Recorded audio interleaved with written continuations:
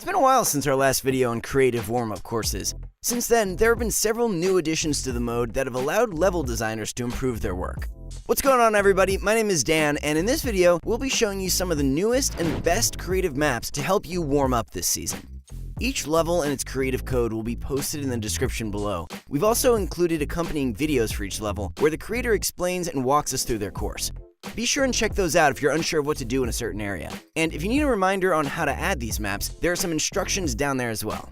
Done with warm-ups? Head to Instapro after to jump in some games with a skilled Fortnite coach. First off, we have a new edit and aim course released by the Roddy brothers. This came out just recently at the start of the season. There are two areas to this level, a linear edit course and an area where you're free to do either aim training or practice specific building techniques. The editing track takes under 10 minutes usually. That's if you know what you're doing. If you're new to practicing edits, it might take you a while longer, but that's perfectly fine. Don't worry too much about the timer result. Instead, focus on learning the editing patterns for each section. The whole point of the map is for you to get better, and the first step is to figure out what edits to do. For instance, tunneling. It looks crazy when the pros build and edit through tunnels in the blink of an eye, but even they first had to figure out which order to place their pieces. When you're starting out, it's good to think about each move consciously. Sooner or later, you won't even be thinking about which pieces you're supposed to place, or what edit you're supposed to do. It'll become muscle memory, and you'll be performing much faster than when you started. Developing your muscle memory through repetition is essential in pulling off really quick builds or edits. Pro players constantly warm up through similar routines, and it's why they're so quick when it comes to building and editing. The second section of the level consists of a couple target practice courses. One has you shooting at moving targets, and the other section has you aim for bouncing zombies. We've never really seen anyone utilize the zombies for aim training, and while their hitboxes are huge, they bounce around pretty fast, so it makes it a bit more difficult. Other than the aim course, there's a section where you can practice scissor jumps, some more editing practice, and then a free build area where you can practice whatever building techniques you want. There are some sections in the edit course that may not be as self-explanatory. You might find yourself a little confused as to what you're supposed to do sometimes. Even with that, give the course a try on your own first. If you find yourself lost on any other section, remember to follow the link in the description for a walkthrough on the Roddy Brothers channel. Over there, Cole from the Roddy Brothers does an excellent job showing off his level. Refer to it and then give the run another go. You'll find yourself improving in no time. But basically, you just want to come through, you lay walls on all your sides, and you lay a roof and a floor above you, and you got to do this all the way through here while these bots shoot at you. And I'm going to tell you guys, as you see me taking a little bit of damage right there, it's not the easiest part. This is definitely probably the hardest part on the course for people who aren't like super good at building or editing. I'm trying to go through slow so I can show you guys basically how to do. Now, this is an interesting level that we just had to put on our list. There hasn't really been anything quite like it before. On the surface, it's just a short edit course. You load in, start the game, and go through the same edits you've already seen before. But there's a twist. Builds are placed throughout a variety of different courses in a random pattern. With over 20 unique endings, you won't run into the issue of this course being too repetitive. That's a big problem other edit courses have. Once you do them enough, you begin to memorize the layout. That memorization ends up being what makes you faster, and not necessarily your reaction to what's in front of you. While it's not bad to practice a static course, you might start feeling lost within builds once you start playing a real match. With Solage's randomized edit course, you need to stop and think about each section more often than in other courses. Having to consciously think about how to edit each piece will help improve your editing times in real games. Even though it's missing some features that are usually there, having over 20 different courses to run through definitely makes up for it. If you already do edit warm-ups but you're tired of how repetitive they've become, this creative map may be just right for you.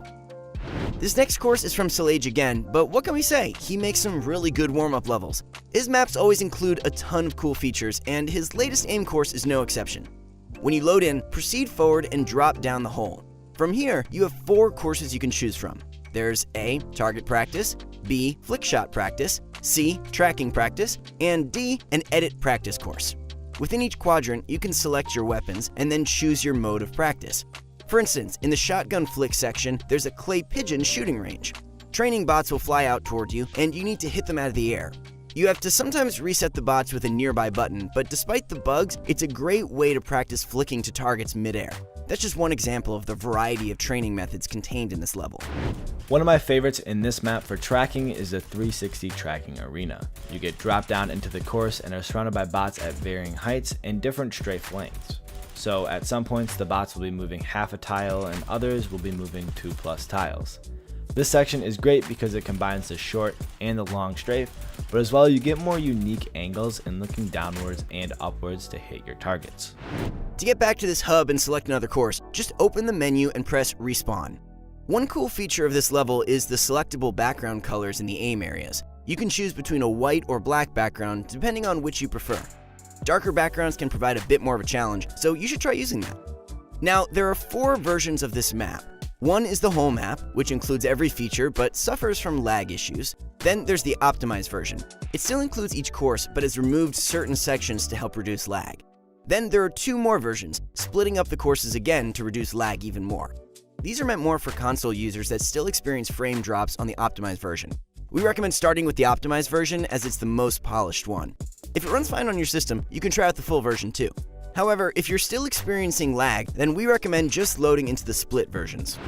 These next 2 maps are going to show you require multiple players to run. You're going to want to recruit your friends because, in return, these modes provide some of the best competitive practice in the game right now. For a long time now, 1v1ing in Fortnite has generally been done with no fall damage, infinite material, and unlimited ammo. These are obviously not things you could ever have in a real match, which made some criticize 1v1s as being unrealistic practice. This map by Gearsy fixes all those problems. It may be the best advancement in 1v1 technology this game has seen in a long time. Ammo and material are both limited in this mode, and fall damage is enabled. These changes help make 1v1 align more with the Battle Royale modes. Plus, there are several randomized spawn locations, harvestable material, and multiple different weapons, all of which help further simulate realistic scenarios. What's fantastic about this map is that it's finally a method of 1v1ing that doesn't involve cranking 90s for height at the start. While creative 1v1s were previously really good for testing the extreme limits of building, the realism this map adds allows for so many more choices on how you start the fight. You don't need to race for high ground at the start of the fight. Instead, you can utilize different approaches, such as playing the low ground, hiding in the environment, or going for a surprise attack on your opponent. Basically, with this 1v1 map, there are a bunch of new ways to practice that will improve how you engage players in actual matches. The map is for 1 versus 1s, and so it's obviously meant for only 2 players. Beware of playing with any more than that as the spawns can end up bugging out. Also, you may need to manually pick up the last item in the spawn room, as sometimes the auto pickup doesn't work. Our only suggestion for Gearsy would be to work on adding a duos and trios version. That way, you can get the same practice but in a team setting. Other than those bugs and the limited player count, this map is a fantastic way to practice mid-game fights and help get those ever-important eliminations. Along with the release of Season X, Epic added a new storm controlling device for map designers to use in creative. It allows them to add realistic zones to their maps, which is a big improvement on the Zone Wars genre. It had some trouble in the past when it came to simulating endgames, but now with the storm controller, the storm moves and feels like you're actually in a game. Out of all the Zone Wars maps we've seen updated for Season X so far, overall, Richie Tunes is one of the best. It's relatively simple and even has some areas from the Battle Royale map added to give it a more realistic touch. You start off in a box with slurp juice and shockwave grenades. Using the button on the wall, you can cycle through various weapons to create your ideal loadout. Then once the box breaks, you can take the launch pad and begin by picking a landing spot. With multiple players all around and the storm slowly closing in, you need to remain vigilant and on the move to survive here, just like in actual competitive endgames.